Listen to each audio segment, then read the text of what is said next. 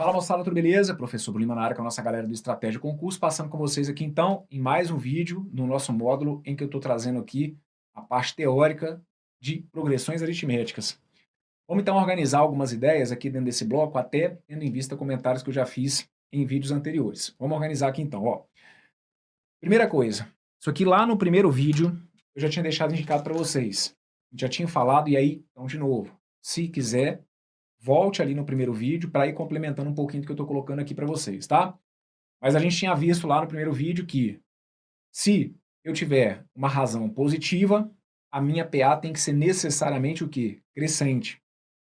Se uma PA tiver razão nula, é aquela minha PA constante. E se a minha PA tiver razão negativa, ela necessariamente é uma PA decrescente. Então, em progressões aritméticas, uma sequência, né, uma PA, ela não tem como oscilar valores. Ou ela é estritamente crescente, ou ela é estritamente decrescente, ou ela vai ser aquele caso mais específico de valores constantes. Tá bom? Não vai ter alternância, que é algo que a gente vai ver, já existe possibilidade quando eu for trabalhar, por exemplo, com progressões geométricas. Para PA, isso não vai acontecer. Então, razão negativa, desculpa, razão positiva, PA necessariamente crescente. Razão nula, PA constante. Razão negativa, PA decrescente. Ok? Uma outra informação que é importante. Podemos associar progressões aritméticas a funções do primeiro grau e ao estudo do juro simples. Bem, tem que ficar atento aqui, por quê? Pô, Bruno, mas não necessariamente eu tenho que estudar a parte de função do primeiro grau, juro simples. Então aqui, deixa eu te explicar uma coisa. Mesmo que porventura a sua prova não falhe ali, mesmo que o seu edital não traga algo relacionado, por exemplo, a juros simples ou função de primeiro grau, porque se já tiver explícito no seu edital, então nem se questiona, né? Tem talvez mais chances até de acontecer. Mas mesmo que o seu edital ali às vezes não fale de maneira explícita sobre função de primeiro grau e juros simples, essas associações elas podem ser feitas. Então aqui, vou te dar noções básicas, tá? Sobre a parte de função de primeiro grau, a gente, óbvio, não vai aprofundar aqui agora, porque não é o objetivo desse nosso módulo, e a mesma coisa sobre juros simples, mas só para que você tenha minimamente algumas noções.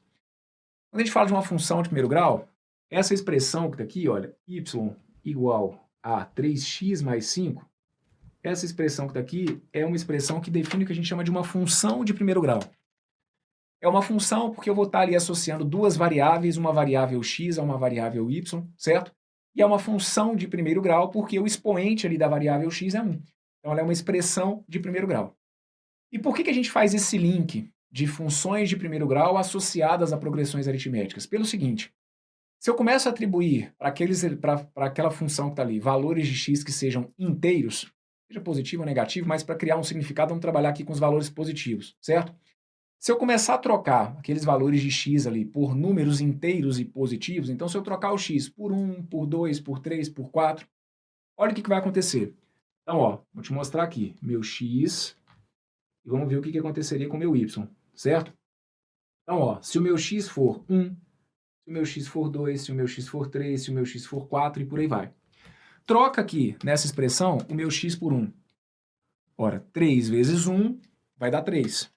3 com mais 5 vai ter que dar 8, ok? Agora, troca o seu x por 2. Se eu trocar o x por 2, 3 vezes 2, 3 vezes 2 vai dar 6.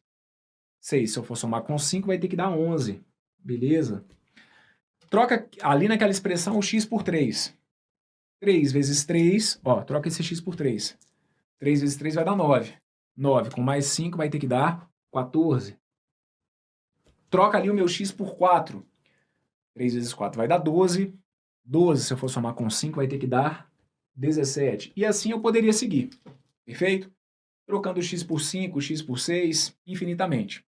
Vamos criar uma outra expressão aqui, para você entender onde eu quero chegar. Vamos supor que eu tivesse a expressão y é igual a menos 10x mais 2. Então eu vou trocar aqui, ó, o meu x e o meu y. O meu x por 1, o meu x por 2, o meu x por 3 e o meu x por 4. Bora, me ajuda aí. Troca esse x aqui por 1. Se eu for trocar o meu x por 1, 10 vezes 1, então menos 10 vezes 1, vai devagarinho, menos 10 vezes 1 vai dar menos 10. Menos 10 se eu for somar com 2, vai ter que dar menos 8. Troca o x por 2. Ora, menos 10 vezes 2 vai dar menos 20. E aí, menos 20, se eu for somar com 2, vai dar menos 18. Troca o x ali por 3. Menos 10 vezes 3 vai dar menos 30. Menos 30, se eu for somar com 2, vai ter que dar menos 28. Troca o x aqui por 4. Menos 10 vezes 4 vai dar menos 40. Menos 40, se eu for somar com 2, vai ter que dar menos 38. O que eu queria que vocês percebessem? À medida que eu atribuo valores de x, entendam, à medida que eu vou aumentando uma unidade de x, o que foi acontecendo com os valores de y na minha primeira função? Os valores de y eles foram crescendo, então você concorda comigo? Para início de conversa, vamos organizar aqui as ideias. Aquela sequência de valores ali, ó, no meu primeiro exemplo, dos valores de y, é uma sequência de valores crescente, certo? 8, 11, 14, 17, os valores de y, eles estão crescendo. Só que eles estão crescendo e não estão crescendo de uma forma qualquer, não. Eles crescem seguindo um padrão. Que padrão é esse? Ora, do 8 para o 11, eu somei 3. Do 11 para o 14, eu somei 3. Do 14 para o 17, eu somei 3. Perfeito? Concorda comigo que esse crescimento, ele segue o padrão? O padrão, essa sequência de números, essa sequência numérica, é uma PA. 8, 11, 14, 17, 20, 23, que seriam os próximos valores de y, se você fosse testar ali, se você fosse tirar a prova, você ia ver que o próximo valor seria o 20, depois o 23, e por aí vai, perfeito? Então, por isso, né, aqui aí eu te dei um exemplo, aí você pode falar assim, ah, mas aí foi uma situação pontual, e aí a gente consegue, claro que eu não demonstro formalmente através desses dois exemplos particulares, mas eu mostro para vocês, pelo menos, situações para que você crie significado para o que eu estou colocando. Olha para a segunda. Aí um detalhe. Um outro detalhe é o seguinte. Você viu que essa razão aqui foi o 3, né? E, ó, acredita em mim, não foi coincidência. Tem a ver com o fato de que ali, o A da função que a gente fala, né? Quando a gente está estudando função de primeiro grau, a gente chama aquele cara ali de coeficiente angular. O A daquela função, que é quem está junto com o x, o A é 3. Então, era de se esperar mesmo. E quando eu fosse observar uma possível PA associada àquela sequência, eu fosse perceber que a razão da PA é exatamente igual ao valor daquele A. Tanto que no segundo exemplo, mesma história. Substituir o x por 1, por 2, por 3, por 4. Olha o que foi acontecendo com os valores de y. Os valores de y, eles foram decrescendo. Isso está claro para vocês? Cuidado para não confundir ali, hein? Pô, Brão, passou do 8 para o 18, do 18 para o 28, está crescendo. Não, eu estou ali com os números negativos, cara. Se eu estou num lugar que a temperatura é de menos 8 graus, depois vai para menos 18, depois para menos 28... Se eu tivesse vivo ainda nessa situação, eu estaria percebendo que a temperatura não está aumentando, os valores estão diminuindo, certo? Ou vamos esquecer a temperatura, falemos aqui de saldo da sua conta corrente.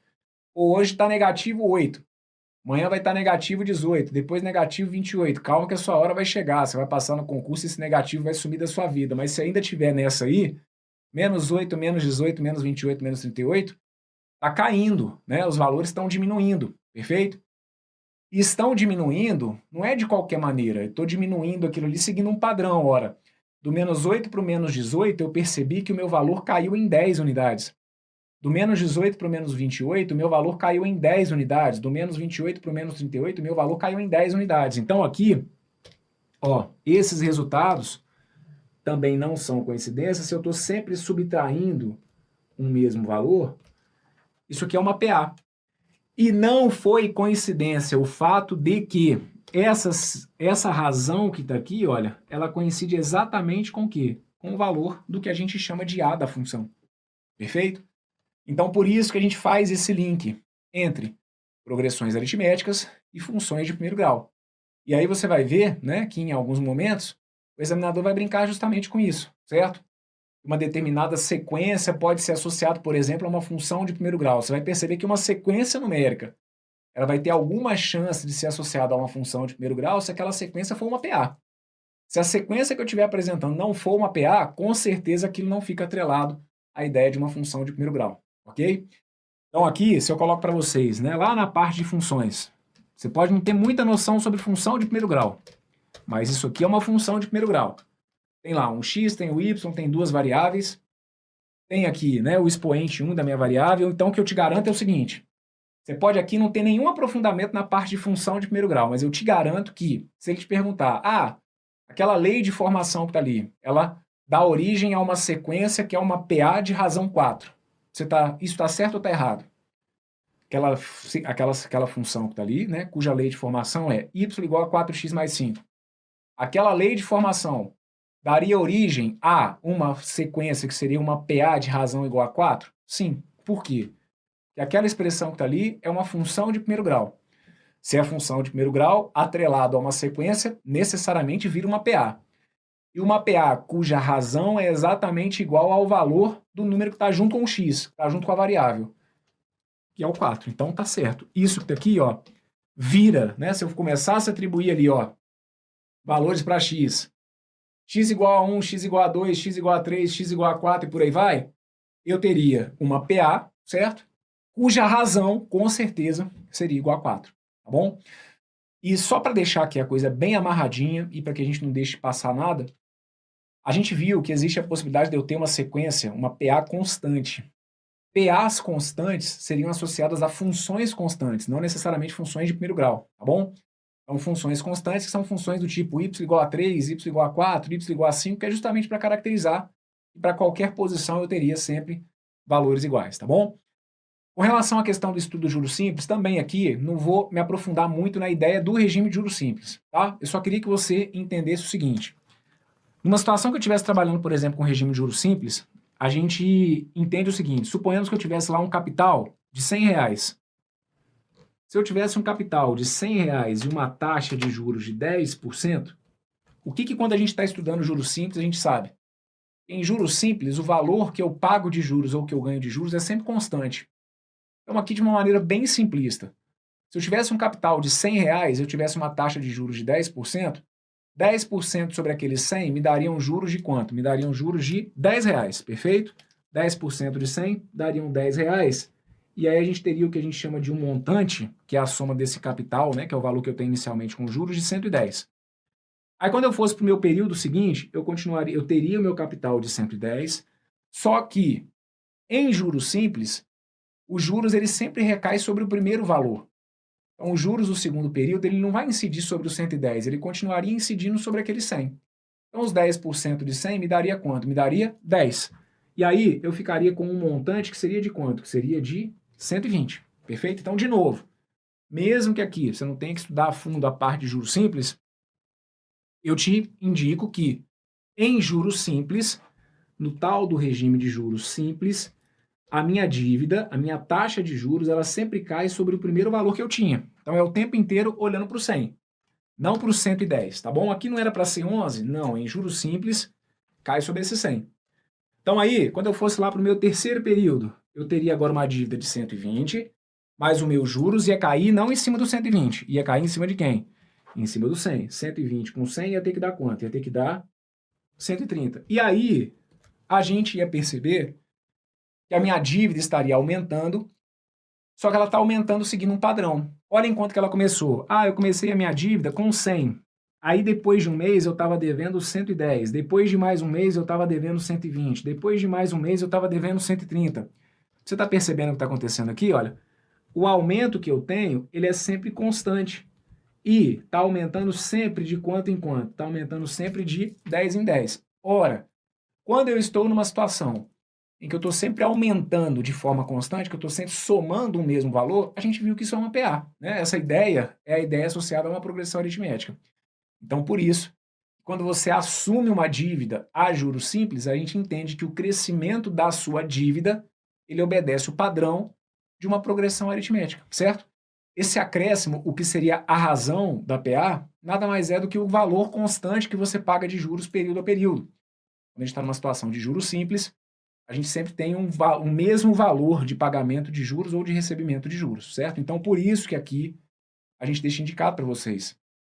A gente pode associar progressões aritméticas a funções de primeiro grau, dei aqui alguns exemplos, e também ao estudo dos juros simples. Perfeito? Uma outra ideia que é importantíssima, apesar de que em alguns momentos a gente acaba não utilizando, mas é uma ideia importantíssima, até para você entender o nome progressão aritmética. Progressões, né? Sequências. Eu vou seguir aqui progredindo de forma aritmética. Tem um padrão, uma sequência que mantém um padrão do que ele chama de aritmético. Por que progressões aritméticas? Porque tem a ver com essa propriedade aqui que é básica quando a gente está estudando PA, que é a seguinte.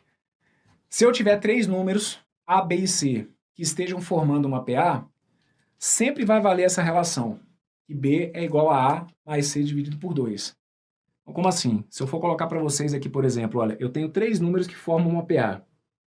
25, 30 e 35, por exemplo. Tá vendo aqui, ó?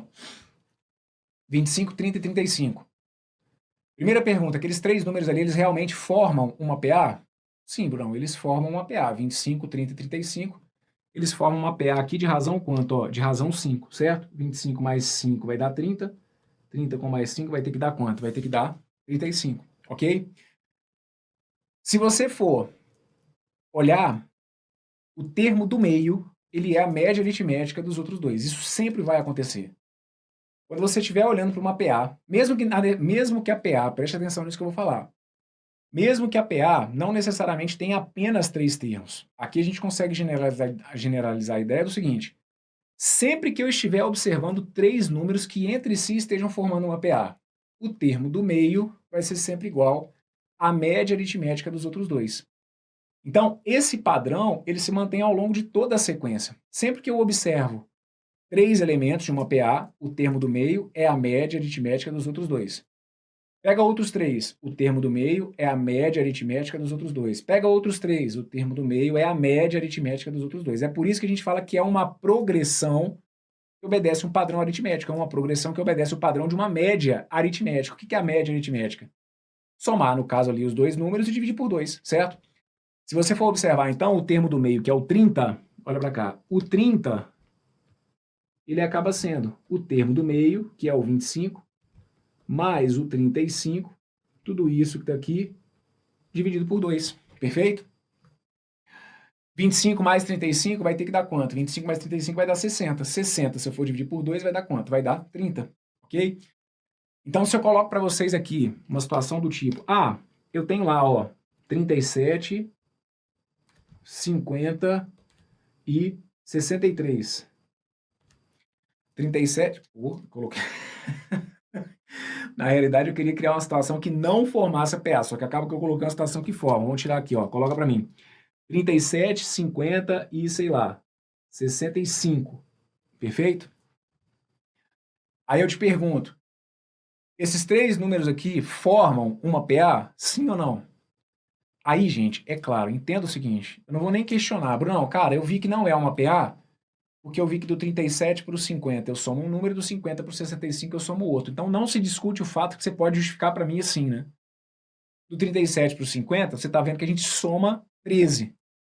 Do 50 para o 65, eu estou vendo que eu estou somando 15. Então, como eu somei 13 uma hora e 15 em outra, como eu não estou somando um valor constante, é claro que aquilo ali não é uma PA. Eu quero só que você entenda como que eu poderia justificar isso também através dessa relação. Não são 3 números que eu estou supondo que compõem uma PA para eu ter certeza se aqueles 3 números de fato formam uma PA. Um caminho que eu tenho para justificar também seria esse, de verificar se aquela propriedade que está ali está sendo válida. Ou seja, se o termo do meio, ele é igual à média dos outros dois. Os 50, ele é a média do 35, desculpa, do 37 com o 65? Aí a gente vai ver que não, certo? 37, se a gente for somar com 65, acaba dando 102. 102, se eu for dividir por 2, não vai dar 50. Então, como esse resultado que está aqui, ó, 50 igual a 37 mais 65 sobre 2, como esse resultado é falso, é uma maneira que eu tenho de confirmar que essa sequência que está aqui, ela não é uma PA. Perfeito? Uma dúvida aqui. Brunão, essa propriedade ela vai ser válida também para as PAs decrescentes? Sim, independentemente de qual seja o tipo de PA, tá bom? Crescente, decrescente ou até para constante. Sempre que eu tiver 3 termos que componham uma PA, seja de qual tipo for, o termo do meio ele tem que ser a média aritmética dos outros dois, certo? Aqui, então, e só para chamar a atenção, né, daquilo que eu coloquei para vocês Estou falando disso aqui, ó. Suponhamos que eu colocasse lá 5, 10, 15, 20, 25, 30 e por aí vai. O que eu estou te falando é o seguinte, aquela PA que está ali, que eu coloquei ali embaixo, 5, 10, 15, 20, 25, 30, aquela PA que está ali, ela não tem 3 termos, certo? Aí você vai falar assim para mim, então quer dizer que para aquela PA ali, aquela propriedade não é válida. Não, essa propriedade, ela é válida para qualquer PA, para qualquer que seja o número de termos. O que eu estou tentando te dizer é o seguinte, de 3 em 3, ou a cada 3 que estejam formando uma PA, aquela propriedade sempre vai ser válida. Então aqui, por exemplo, ó, pega esses 3 primeiros, ó, o 5, 10 e o 15. Pega o termo do meio, que é o 10. O 10 é a média dos outros dois? Sim, o 10 ele é a média do 5 com o 15. 5 com 15 dá 20. 20, como são dois números, se eu tirar a média deles, 20 dividido por 2 dá o 10. Pega outros 3. Vamos pegar aqui os próximos 3 que estão na sequência. Ó, se eu pegar aqui o 10, o 15 e o 20. Isso aqui é um padrão que se mantém por toda a sequência. Mesmo que a sequência não tenha só 3 elementos. Mas sempre que eu olhar 3 ali que estejam no meio, né, que estejam entre si formando uma PA, aquilo ali vai ser válido. 10, 15, 20. Termo do meio que é o 15. O 15 é a média dos outros dois? Sim, o 15 é a média do 10 com 20. 10 com 20 dá 30. 30 dividido por 2 vai dar 15. Pega os outros três, 15, 20 e 25. O 20, que é o que está no meio. O 20 é a média dos outros dois, do 15 e do 25. Perfeito? É, então, uma situação que se mantém por toda a sequência. Daí, então, mais uma vez, a ideia do nome progressão aritmética. Eu me lembro de um enunciado que caiu uma vez no vestibular da UERJ, se não me engano. Ou foi da UERJ ou foi da UFRJ, certo? Foi questão de vestibular. E era um enunciado que falava justamente sobre isso, sobre uma sequência de números em que a gente tinha lá de 3 em 3, aí claro que o enunciado era mais bem escrito, né? Mas de forma que a gente percebia que um termo central era sempre a média aritmética dos outros dois. Então, olha qual que era a sacada. O candidato tinha que perceber que eu estava falando de uma sequência numérica e que eu tinha um padrão associado à média aritmética. Então era um insight que o cara teria que ter para, peraí, se é uma sequência, e se no meio aqui eu estou percebendo um padrão associado à média aritmética, essa sequência é uma progressão aritmética. Perfeito? Então aqui, essa propriedade é importante, por isso que eu falei, né? Em alguns momentos você pode até não querer utilizá-la, mas é uma propriedade importantíssima, tanto que é por conta dela que a gente vai criar ali a ideia de uma progressão que seja aritmética, vinculada à ideia da média aritmética. Uma outra ideia também muito importante é a seguinte, uma PA finita, a soma de dois termos equidistantes dos extremos é igual à soma dos extremos. Vocês se lembram que no bloco anterior, quando eu expliquei para vocês, né, quando eu informei ali a lógica da soma dos termos, que eu falei que nesse vídeo eu te daria um embasamento para compreender melhor o que aconteceu ali antes? Então vamos tirar essa prova. Do que eu estou falando? Vamos supor que eu tivesse essa PA que está aqui, ó.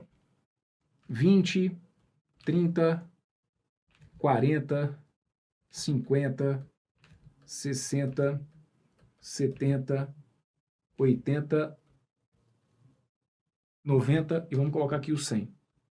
Perfeito? Mas vamos parar aqui no 110, ó. 90, 100, deixa eu colocar aqui o 110. Perfeito? Qual que é a ideia que a gente vai ter aqui? Primeiro, aquilo ali é uma PA? Bruno, é uma PA. Cara, do 20 para o 30 estou somando 10, do 30 para o 40 está somando 10, do 40 para o 50 está somando 10, então tá perfeito. Eu só ver se eu não pulei nenhum. 2, 3, 4, 5, 6, 7, 8, 9, 10, 11, beleza. Perfeito. O que essa propriedade que está aqui me garante? Que a soma de dois termos equidistantes dos extremos é igual à soma dos extremos.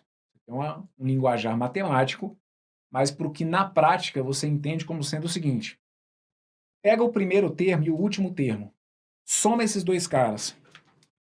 Bom, se eu for somar o 20 com o 110, 20, se eu for somar com 110, a soma tem que dar 130. Perfeito? Agora pegue aqui os termos que a gente disse que são equidistantes. O que são os equidistantes? São aqueles que estão, digamos, na mesma posição, só que um está no início e o outro está no final. Então é como se fosse o seguinte, o que é um equidistante? O segundo termo do início para o fim e o segundo do fim para o início. Quem que é equidistante aqui, por exemplo, do 30? É o 100.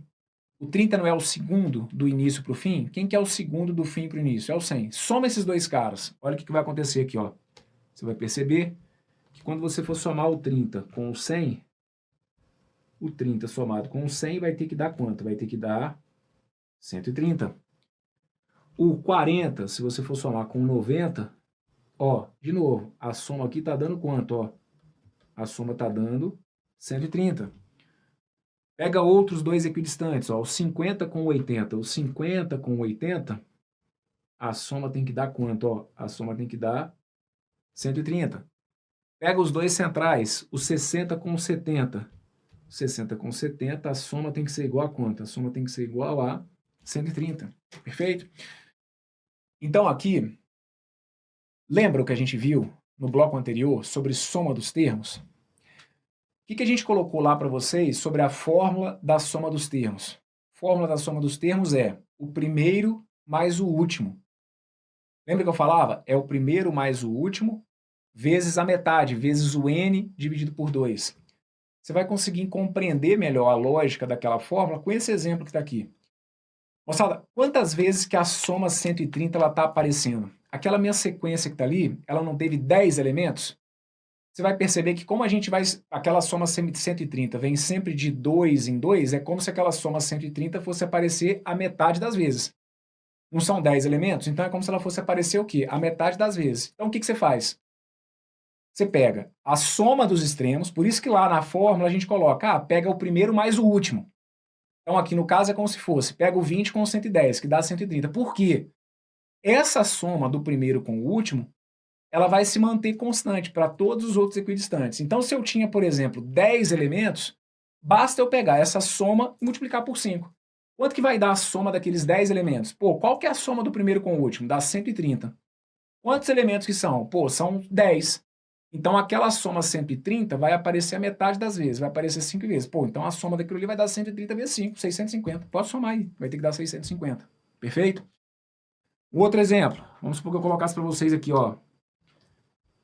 Se eu coloco lá 12, 14, 16, 18, 20, 22, vamos colocar aqui o 24. Só para você ver o que aconteceria caso a gente tivesse aqui uma quantidade par de elementos. Pega ali para mim os equidistantes. Quem que são os equidistantes? Desculpa, quem que são os extremos? Os extremos seriam o primeiro e o último, certo? Quais que são os extremos? O 12 e o 24. Perfeito. Então, ó, 12 e 24. Tá aqui, ó, 12 e 24. Quanto que deu a soma? A soma deu 36. Agora você vai perceber que essa soma, ela vai se manter para os equidistantes. Quem? 14 com 22. Ó, 14 com 22 vai ter que dar quanto? Vai ter que dar 36. Pega de novo, outros dois equidistantes. O 16 com 20. 16 com 20. Quanto que deu aqui, ó? A soma deu 36. Certo? Pô, mas aí, Brunão, e esse cara que tá aqui no meio? Se você somar ele com ele mesmo, se somar o 18 com o próprio 18, você vai ver que vai dar o próprio 36. Então, quando sobra um elemento ali no meio, é como se você somasse ele com ele mesmo. E aí você vai ver que esse cara, somado com ele mesmo, vai dar o quê? Vai dar a mesma soma 36. Perfeito? Então, consegue perceber? Essa propriedade é importantíssima, certo?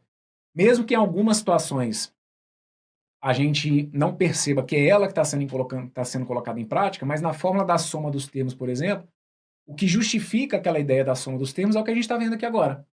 O fato de que os extremos, a soma dos extremos, acaba sendo igual à soma daqueles equidistantes.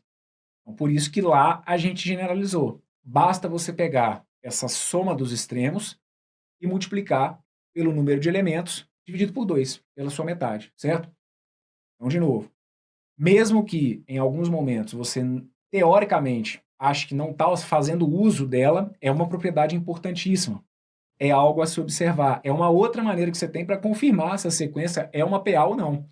Se você pega os extremos e percebe que tem algum dos dois, né, que tem soma de termos equidistantes que não bate com a soma dos extremos, aquela sequência com certeza não vai ser uma progressão aritmética.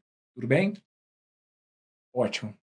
Uma última observação que eu quero deixar é a seguinte, sobre representações, tá bom? Vamos colocar aqui, ó, representações de PAs, por exemplo, de 3 termos. Quando a gente tem PAs de 3 termos, claro, isso tudo vai depender muito do contexto, muito das informações que são passadas dentro do exercício. Mas é legal que você saiba que quando a gente tem 3 termos de uma PA, eu posso representar esses 3 termos como se fosse isso aqui, olha, como se fosse x menos r, x e x mais r. Perfeito? Quando eu tenho 3 termos, posso representar x menos r, x e x mais r. Não é muito difícil de entender a lógica, né? Uma vez que eu tenho aqui, por exemplo, um termo central, como que eu faço para chegar no anterior? Pô, é só pegar aquele termo central e tirar a razão. Se eu estou num termo central, como que eu faço para chegar no que está depois dele? Pô, pega o termo central e soma com a razão, certo?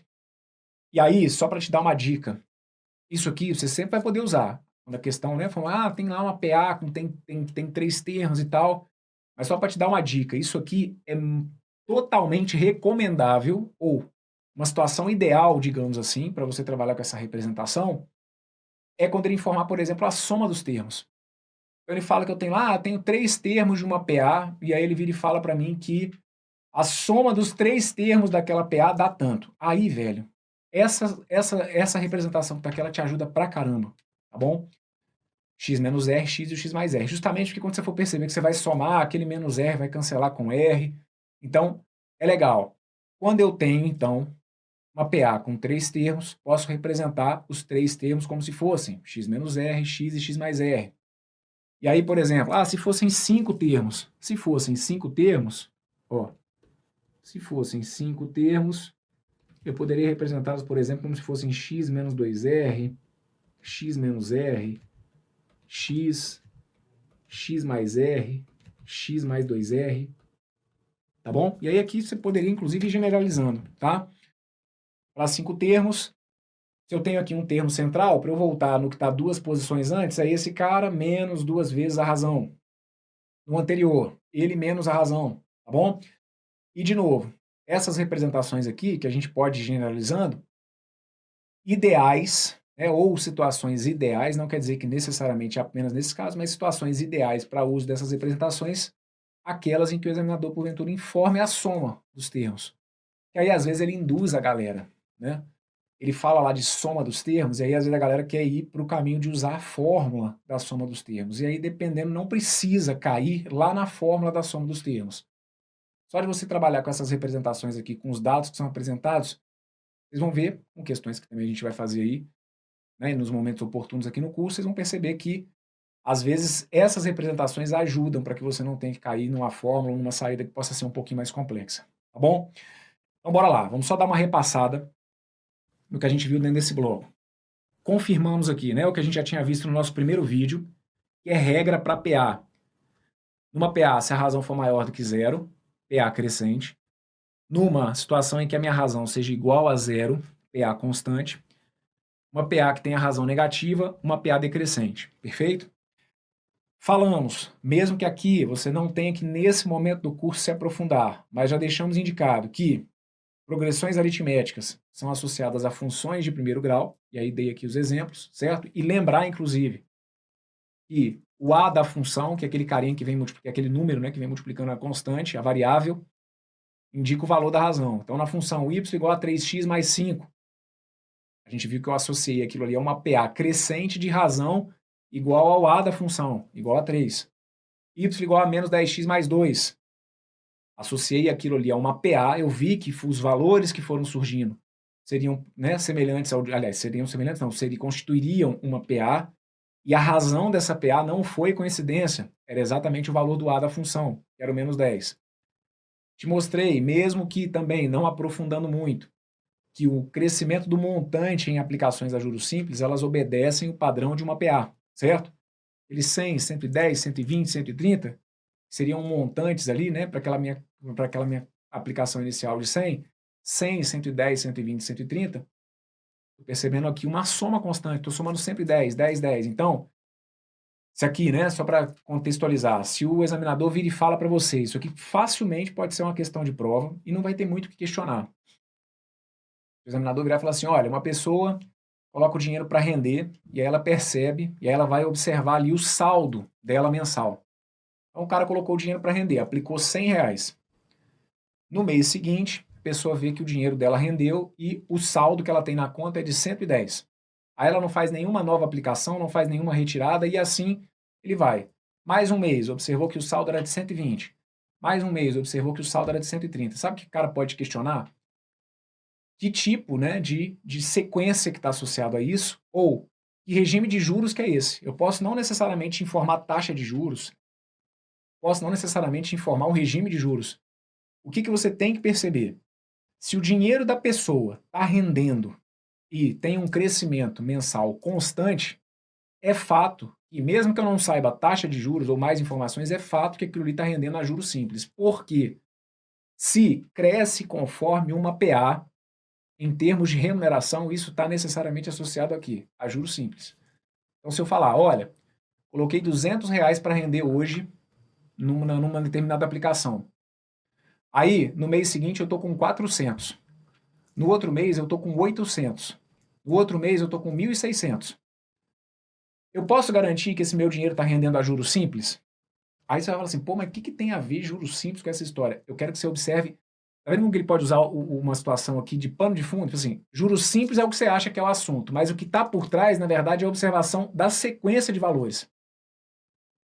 Para ser juros simples, a sequência de valores teria que ser uma PA. 200, 400, 800, 1.600, isso aí é uma PA? Não, isso não é uma PA. Do 200 para 400 aumentou 200, do 400 para 800 não aumentou os mesmos 200.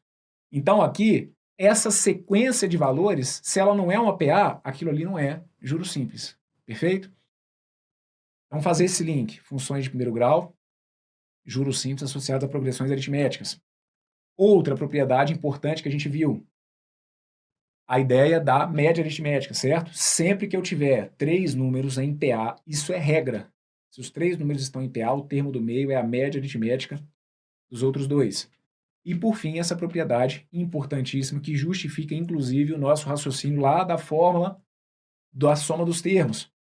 É a ideia de que, numa PA, termos equidistantes, a soma dos extremos tem que ser igual à soma de termos que sejam equidistantes. Perfeito?